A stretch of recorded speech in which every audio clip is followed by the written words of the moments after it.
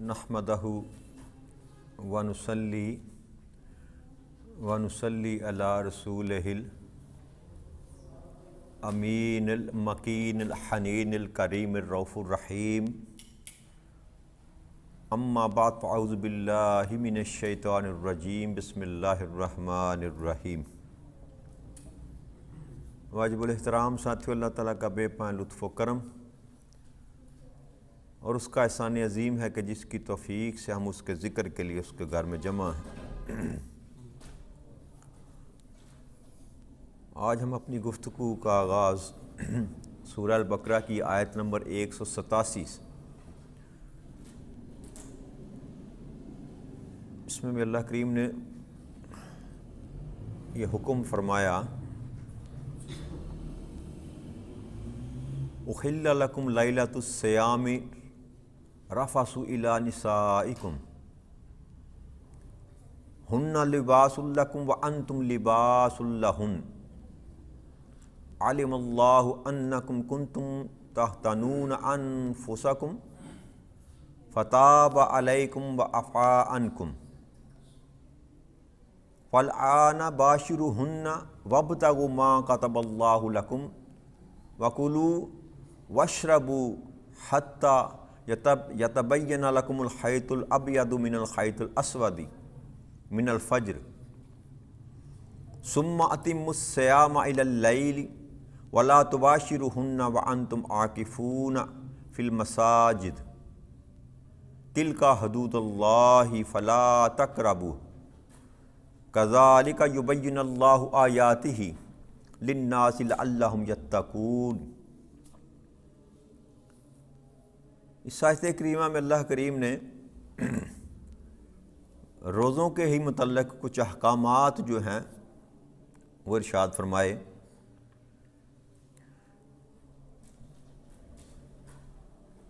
آقا کریم صلی اللہ علیہ وسلم کی بعثت سے پہلے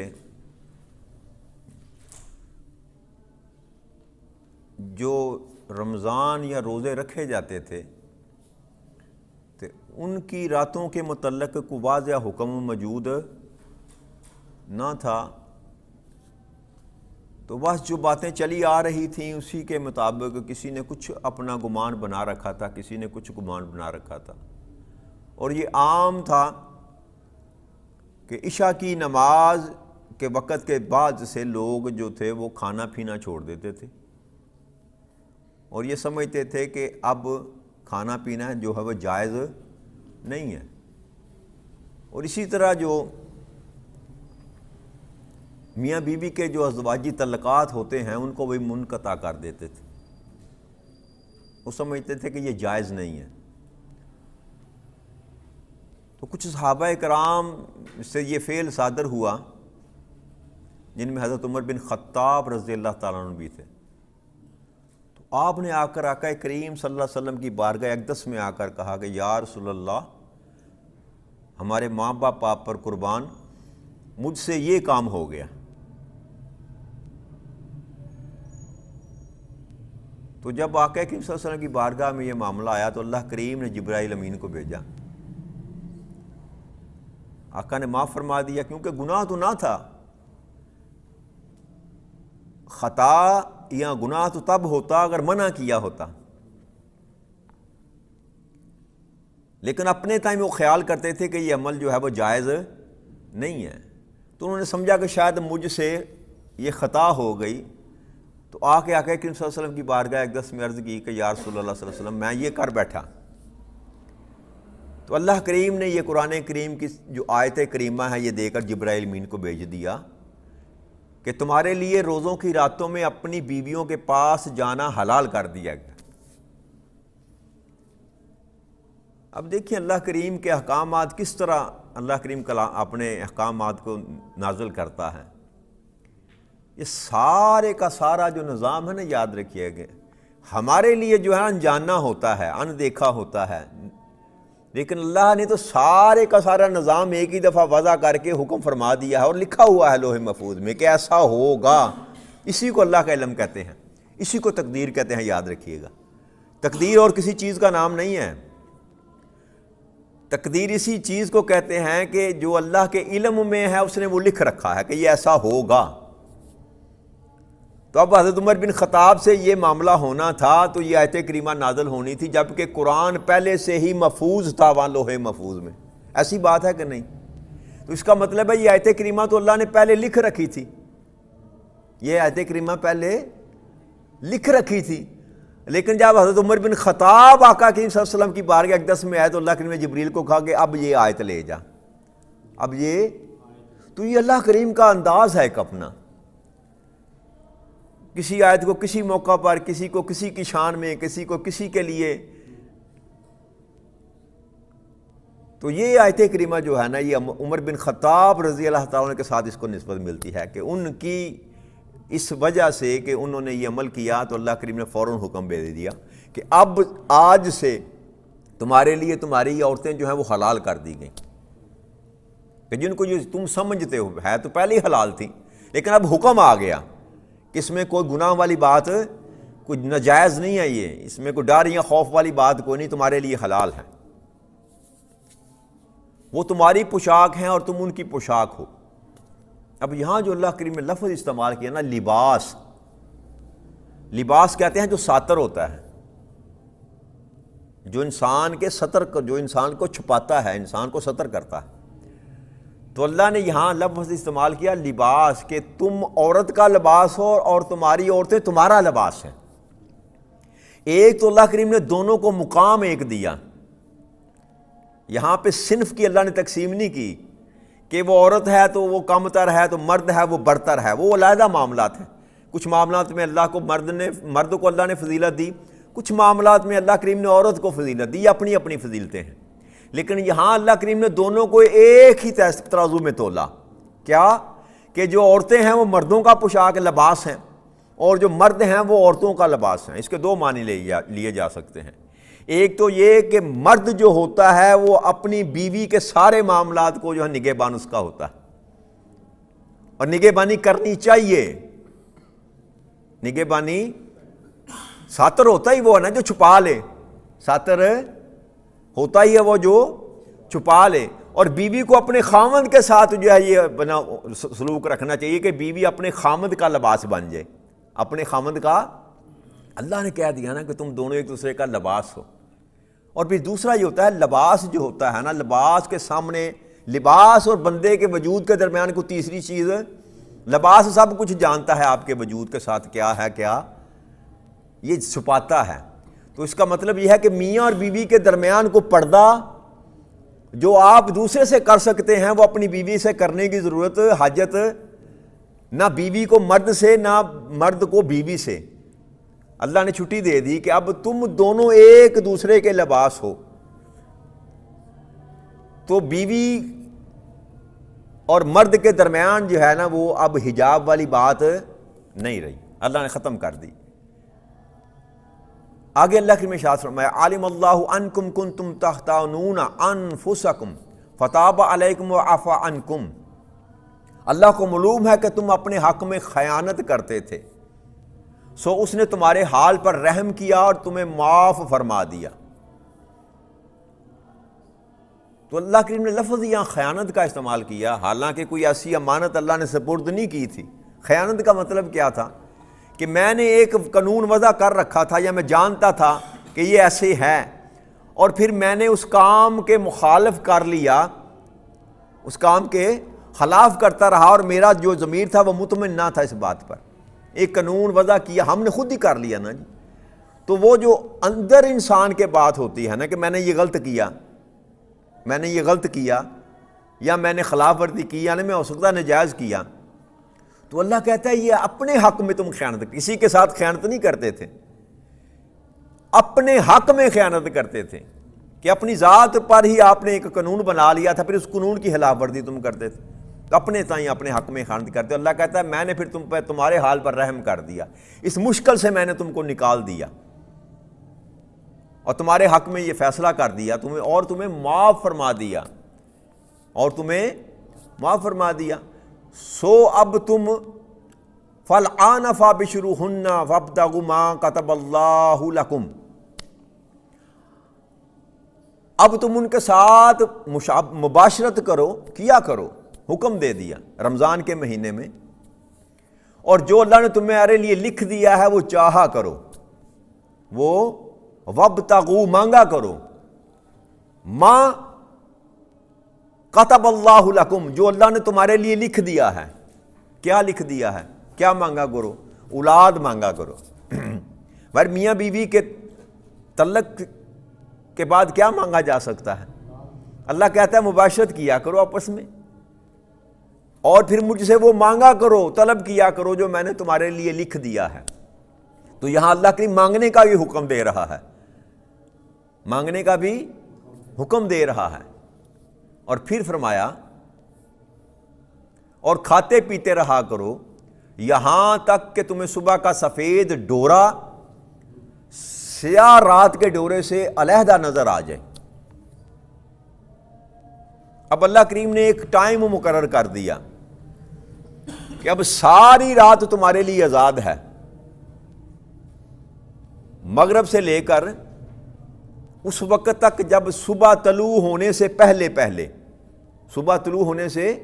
پہلے تمہارے لیے سب کچھ جائز ہے، کھاؤ پیو، اپنی عورتوں کے پاس جاؤ، تمہارے لیے ساری آزادی ہے۔ تو یہاں اللہ نے ایک ٹائم مقرر کر دیا کہ فجر جب پھوٹ جائے فجر طلوع ہو جائے، یعنی کہ طلوع آفتاب سے قبل جب اندھیرا چھٹتا ہے اور روشنی آتی ہے، ان دونوں کے درمیان اللہ نے بات کی کہ جب رات جا رہی ہو اور دن آ رہا ہو، طلوع فجر سے قبل، بلکہ صبح، اس کو صبح کاذب کہتے ہیں، جب مطلع طلوع ہو جائے اس کو صبح کہتے ہیں، صبح صادق، صبح سویرے اس کو کہتے ہیں صبح صادق، اور جب اندھیرا ابھی جا رہا ہو اور روشنی آ رہی ہو اس کو صبح کاذب کہتے ہیں۔ تو اس وقت تک اللہ کہتا ہے کھاؤ اور پیو، اور پھر کہ جب فجر کا وقت سے لے کے مغرب کی نماز تک، یہ روزے کا ٹائم ہے، یہ سورج کے اگنے سے لے کر سورج کے غروب ہونے تک یہ وقت ہے روزے کا۔ تو اب اس میں ایک اور بات یاد رکھیے گا، اس میں جو لوگ سختی کرتے ہیں نا، کہ ہمارے گھروں میں یہ عام ہوتا ہے، جی کھانا کھا رہے ہیں اذان شروع ہوگی، چھڑ دو، ایسی بات کوئی نہیں ہے، یہ جائز نہیں ہے، یاد رکھیے شریعت میں اتنی سختی نہیں ہے۔ یہ جو ٹائم ٹیبل ہم نے بنا رکھا ہے نا، صبح فجر کا جو ٹائم ٹیبل ہم نے بنا رکھا ہے، یہ احتیاطاً جو ہے نا اجتہاد کر کے ہم نے ٹائم ٹیبل بنا رکھا۔ جس وقت علامہ مولوی صاحب اذان دیتے ہیں نا مسجد میں، آپ کبھی نوٹ کر لیجئے گا، اذان دینے سے لے کر نماز پڑھنے کے درمیان تقریباً آدھا گھنٹہ ٹائم ہوتا ہے، اور اس کے بعد صبح جو ہے نا وہ نکلنا شروع ہوتی ہے۔ جب نماز پڑھنے کے لیے جب آتے ہیں مکمل اندھیرا ہوتا ہے، روزہ رکھنے کے بعد اذان ہوتی ہے، اذان کے بعد آپ سنتے پڑھتے ہیں، اس کے بعد جماعت ہوتی ہے، تو جماعت ختم ہونے کے بعد جا کے نا روشنی نمودار ہونا شروع ہوتی۔ اتنا فرق رکھا، یہ بڑوں نے رکھا نا، تاکہ جو اللہ نے کہا نا کہ یہ میری، آگے فرمایا کہ یہ میری حدودیں ہیں، یہ میری حدود اللہ ہیں، تو ان حدود سے بچانے کے لیے علماء کرام نے جو نہ تھا ایک ٹائم پیریڈ رکھا کہ کہیں ایسا نہ ہو کہ تمہارا روزہ فاسد ہو جائے، تم لچک لے جاؤ اور تمہارا روزہ فاسد ہو جائے۔ لیکن اس میں یہ جلدی نہیں کرنی چاہیے کہ آپ، ایک بندہ ہے اس کی آنکھ نہیں کھلی، اور جب اس کی آنکھ کھلی تو ٹائم جانے والا تھا، قریب تھا، تو اس نے جلدی کھانا شروع کر دیا، مولوی صاحب نے اذان کرنی شروع دے دی، تو وہاں یہ حکم ہے کہ آرام سے سکون سے روٹی کھاؤ۔ وہ جو اللہ کہتا تھا نا کہ میرا مطلب یہ نہیں ہے یسر ولا یریدکم بالعسرا، میں تمہارے لیے آسانیاں لے کر آیا ہوں، تمہارے لیے میں نے آسانیاں بھیجی ہیں، مقصد تمہیں تنگ کرنا، تمہارے لیے تنگ کرنا کسی قانون اور حکم کو نہیں ہے، آسانیاں ہیں۔ تو اللہ نے دین میں آسانیاں رکھی ہیں، یاد رکھیے۔ یہ سختیاں ہم خود پیدا کرتے ہیں، سختیاں ہم، آقا کریم صلی اللہ علیہ وسلم کئی دفعہ آپ نے حضرت بلال حبشی کو فرمایا کہ بلال لاؤ میرا شربت کہاں ہے، افطاری کریں، تو حضرت بلال حبشی رضی اللہ عنہ نے فرمایا کہ یا رسول اللہ علیہ وسلم ابھی تو نظر آ رہا ہے، روشنی ہے ابھی تو آپ نے فرمایا سورج غروب ہو چکا، سورج غروب سورج کے غروب ہونے کے بعد کتنی دیر تک شفق پر جو ہے نا افق پر رہتی ہے وہ روشنی؟ جی اندھیرا ہونے کی شرط نہیں ہے، اندھیرا ہونے کی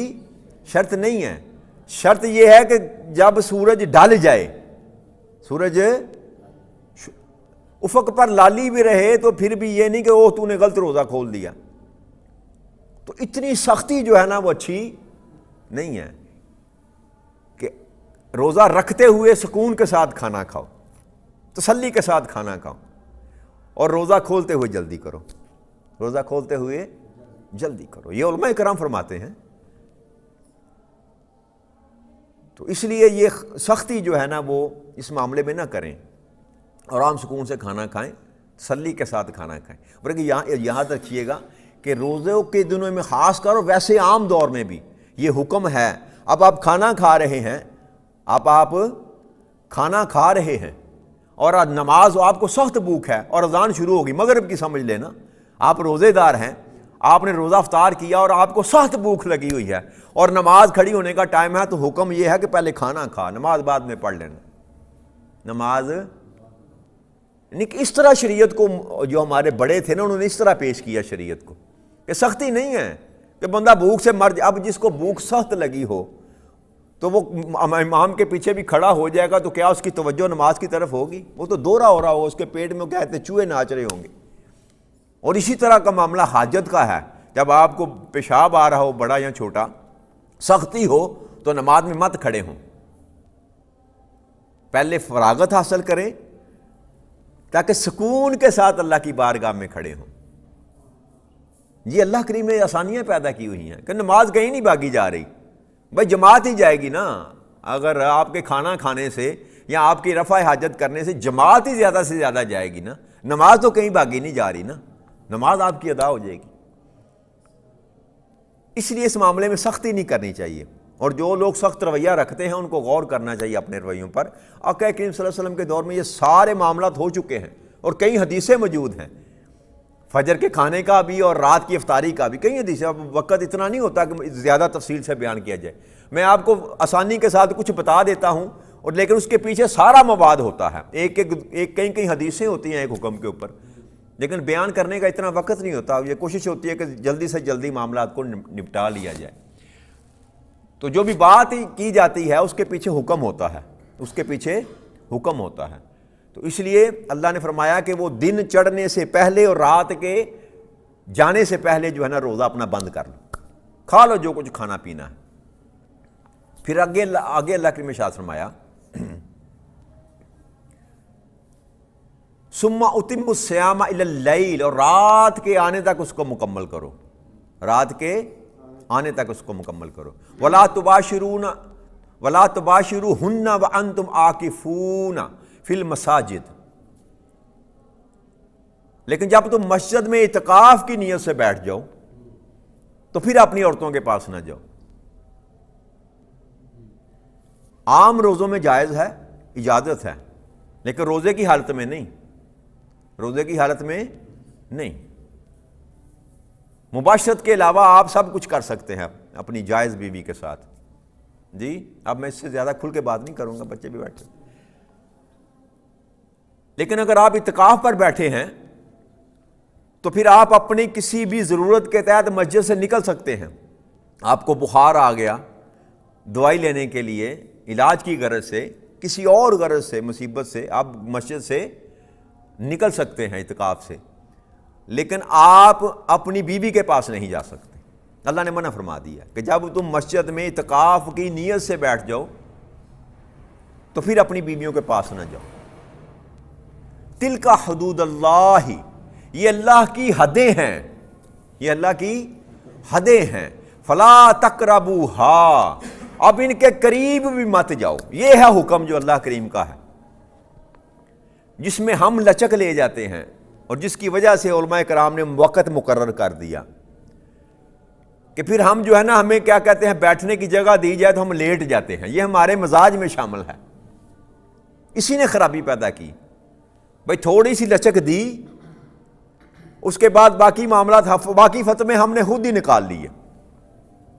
یہ بھی ہے، یہ بھی ہے، یہ بھی، ایسی بات نہیں ہے۔ اللہ کہتا ہے کہ جب اللہ نے لائن کھینچ دی نا، سرحد جس کو کہتے ہیں، بارڈر، اب بارڈر کے قریب جانا بھی انسان کے لیے نقصان دہ ہے۔ یہ یوں سمجھیے نا کہ انڈیا اور پاکستان کا بارڈر ہے نا، تو ایک لائن لگا دی انہوں نے، ریڈ لائن، اسی کو حدود کہتے ہیں نا، حد کہتے ہیں، یہ ریڈ لائن ہے۔ اس ریڈ لائن کو کراس کوئی نہیں کرے گا۔ تو کراس کرنے کا جو بعد کی بات ہے نا، جو قریب چلا جائے وہ مکان ہوتا ہے کہ وہ کراس کر جائے، غلطی سے کر جاتے ہیں، غلطی سے کراس لوگ، ان کے ادھر آ جاتے ہیں، ہمارے ادھر چلے جاتے ہیں، اور بعض ایسے بھی ہیں کہ جب آپ بارڈر کے قریب جاتے ہیں تو آپ کو فائر مار کے مار بھی دیتے ہیں۔ تو یہ سارے نقصانات کس بات کے ہیں؟ جب آپ نے حدود کے قریب گئے۔ حد کے قریب جانے میں احتمال پایا جاتا ہے کہ بندہ پھسل جائے، اور جب پھسلے گا تو اللہ کے حدود سے باہر نکل جائے گا۔ اس لیے اللہ نے یہاں یہ نہیں کہا کہ یہ میری حدود ہیں اس کے اندر رہا کرو، نہ، اللہ نے فرمایا لا تقربوہا، ان کے قریب بھی نہ جایا کرو، ان کے جو اللہ نے حد قائم کی اس سے دور رہا کرو۔ جب قریب جاؤ گے تو پھسلنے کا امکان باقی رہتا ہے۔ تو یہاں لچک نہیں ہے، جن معاملوں کو اللہ نے کھلا چھوڑ دیا نا وہاں لچک ہے، جہاں حد لگا دی وہاں کوئی لچک نہیں ہے۔ وہاں اللہ نے یہ نہیں کہا کہ اتنے وقت تک تو نے کھانا کھانا ہے، بس کہا کہ جب دن نکلنے سے پہلے اور رات کے جانے سے پہلے، یہ حد لگائی۔ اب ہر ملک کی حد اپنی ہے، یاد رکھیے گا، سب جگہ پر ایک ہی دفعہ سورج نہیں نکلتا اور ایک ہی دفعہ غروب نہیں ہوتا۔ اب گھڑی کا ٹائم اگر دیکھ کے ساری دنیا کو کہیں کہ 6 بجے روزہ کھولنا تو یہ ممکن نہیں ہے۔ اللہ نے قاعدہ قانون بتا دیا کہ یہ قاعدہ ہے، یہ قانون ہے، اس کے مطابق اپنا ٹائم ٹیبل تو ترتیب دیتے ہو تو دے لو۔ اس قانون کے دائرے میں رہ کر آپ کیلنڈر بنائے ہوئے ہیں، آپ 50 سال کا کیلنڈر بنا ہوا ہے، بن سکتا ہے